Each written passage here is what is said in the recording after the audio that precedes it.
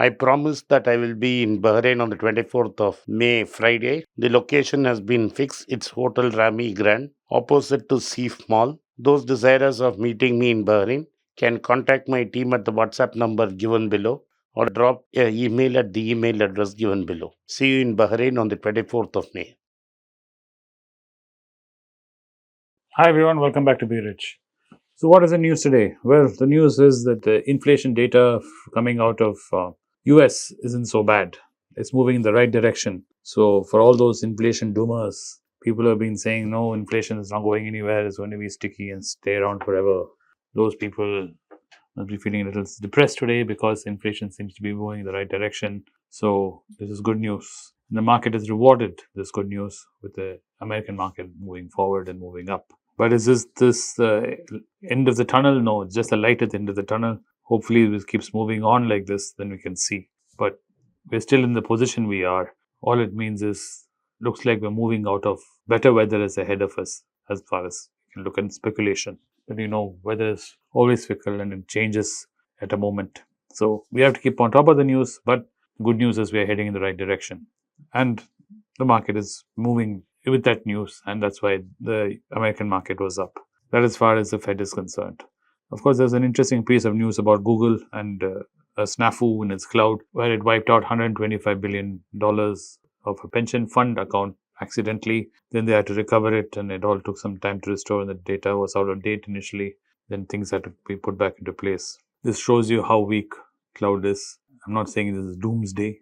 It's just that all technologies have inherent risks and weaknesses, and you should always be prepared for that when you sign on for such technology and services. This is true in everything in this world, even cloud computing. As much as redundancies are there and servers have many layers of protection and backups on backups, this is only so much it can be assured, as they say.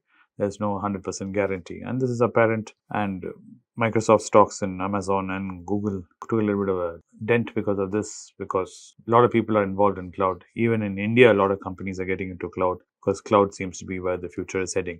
Consumers with fast data becoming more and more prevalent on phones and computers and on network devices. Actually having physical data sitting on your device and holding it in your hand doesn't make sense. You can have fraction of it and you can store it up in the cloud, and you can access it in multiple points, and even if you lose your device, your data is still safe, and you don't have to worry about data theft because there's nothing on the device. If the device is being tried to be hacked into or whatever, it's all sitting on the cloud and can be closed immediately. The flip of it is the same is true for the cloud. So that's what the basic thing to keep in mind. Indian markets, well, our exports are down, and you can find out a lot more about the Indian markets if you watch Anand's video on MoneyPechu, and he's spoken great length about it. But it's what the export is down because of geopolitical woes India is facing, and that's led to a drop in our 5-month low in our exports, which is not good news. And the analysis and further of Indian companies, do watch his video. He talks in great length about this, about the Indian real estate and Tata Motors, and why Tata Motors stocks took a beating. And there's nothing to worry about if you're a long-term investor in Tata Motors, is what he's saying. And it's something you can consider in these moments of dips. It is something worthwhile considering. While Mr. Market might be reacting irrationally, looking only at the short-term prospects, in the long term, he says things are good. And you can see his video and look into his analysis and see if you agree with that. Based on that, you can consider Tata Motors. Today, I want to talk about data annotation because I put up a post in Instagram, and a lot of you had reached out on Instagram. I didn't know that a lot of you didn't know what data annotation was and how it is important for computing and AI. So I thought I'd talk a little bit about data annotation and how it's a great business, a great thing to do if on the side, if you're looking for some side hustle. First, what is data annotation? Data annotation. Don't worry, by the end of the video, I'll give you some company names where you can go look at this and see if you can do it too and earn a few bucks from the side. It's there at the end of the video. If you want, you can fast forward and just look at those names of those companies at the end. But for those of you who do not know what I'm talking about, data annotation is teaching computers to recognize different things in a picture, like a cat, a dog, or a car. To do this, you show the computer a lot of pictures and tell what each one is. This process of labeling and highlighting is part of data, like an image or a text or a video, so that the computer can learn from it, is called data annotation. This is how human beings learn too. A child is shown a picture. What are picture books? Picture books are nothing but us doing actual annotation, where we show a child a photo and say B for ball, A for apple, Imagine doing that to a computer. So this is what data annotation is, and it's very important when it comes to AI. Why is it important? Because it's the foundation of learning. All learning is based on annotation, provides by labels, and your brain stores these data sets. Your language model is built like this. So same way AI needs to know, computers need to know. So you can teach computers this information. Without this annotation data, they cannot learn. So AI systems have fed this annotation data, which is done by us humans. We tell what label each image or each point of data, and then the AI system will learn from that data set what it is and how to interpret that information. And the reason why we do that is to improve accuracy. We wonder why ChatGPT 1.0 now to 4.0 is so different. It's because of annotation, because of constant teaching the model which is going on. The quality and the quantity of annotation data directly impacts the accuracy and the performance of the AI models. More highly quality labeling leads to better model performance. So if your data sets are better, then your learnings and interpretations are better. It's very simple. So enabled supervised learning is what it is. It's a guided learning process. It is supervised learning. The AI model learns by examples provided by an annotator or a data set person. And this is a crucial task like image recognition, natural language recognition processes, and speech recognition. For example, translation. If you do not know the language, you're not a native speaker, you will not realize the nuances of the language. So by constantly giving these corrections and data points to the AI, it also starts learning the nuances of our languages. So in translation, it knows it is wrong culturally to say something or it's okay to say something. This is an important thing. And this leads to error reduction. This kind of data teaching helps the model learn and distinguish between correct and incorrect interpretations, reducing error over time. And that is why less and less you'll see image created wrongly or information provided wrongly. Things will start improving. In real-world applications, annotation is essential for developing practical AI applications, self-driving cars, medical diagnosis systems. A lot of health data annotation happens here in India. A lot of students who are finished 12th, who have studied NEET exams or preparing for it. On the side hustle, these students are doing this medical diagnosis system annotation, and it's good money because they are aspiring to be doctors. So they get exposed to a lot of data, which is set and labeled basic data, and also at the same time, these AI models are learning. Customer service chatbots require this because otherwise it cannot provide the correct diagnosis for a problem without annotation. So these applications rely on accurate data and annotation to function correctly. So this continuous improvement is always required in annotation. It doesn't stop. It's always an ongoing effort. Like all learnings for us human beings, we're constantly learning and improving and mastering whatever we have learned.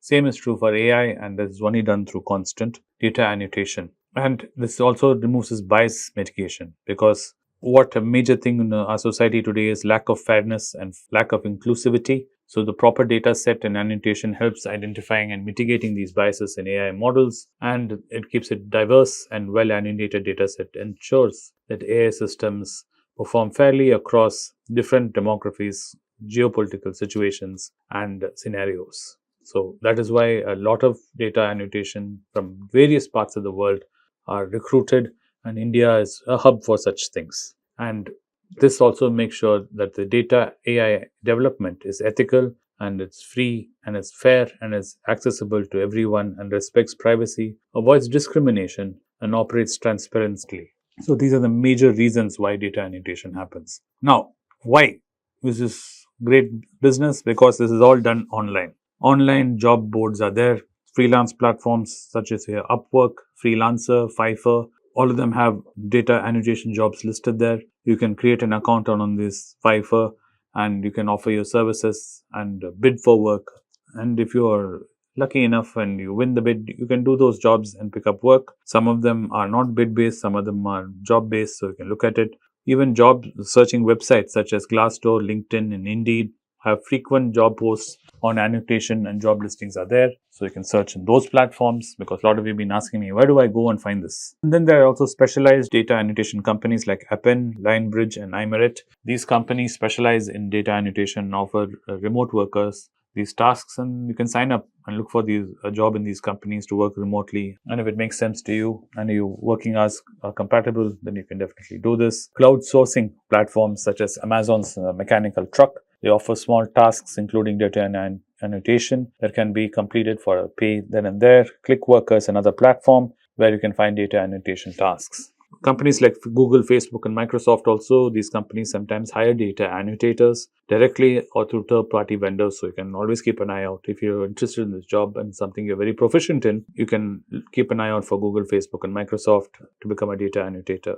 Remember, these jobs keep changing and varying. As the AI model develops, less of a certain type will be required and more of a retained specialized type will be required. So see if it fits you before you decide to jump on this whole hog. A lot of online communities you can check on, and social media platforms are there for you to check on. And there are also training and certifications for this. Courses and certifications are there. Some companies and online platforms are offering training on data annotation, which you can do, which can make you more attractive to a potential employer. So do check these out. But understand, data annotation is knowing where to look and to find these opportunities in this field. So this is the main thing, and remember it.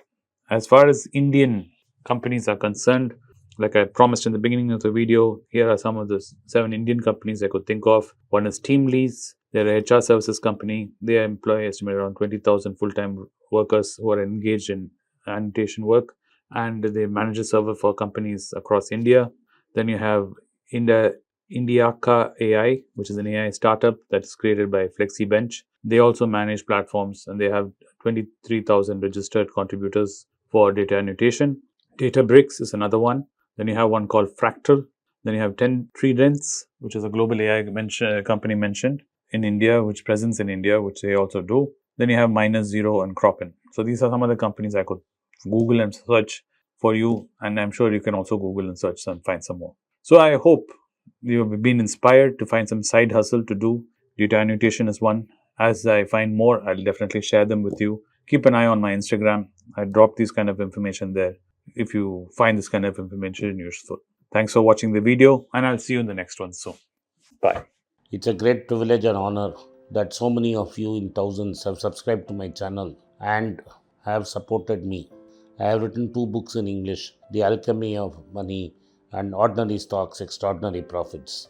These books are published by us and are ready. If you want to procure a copy, send us a message to the WhatsApp number given below and my team would respond to you. If you want an Amazon Kindle copy, you can click the link below.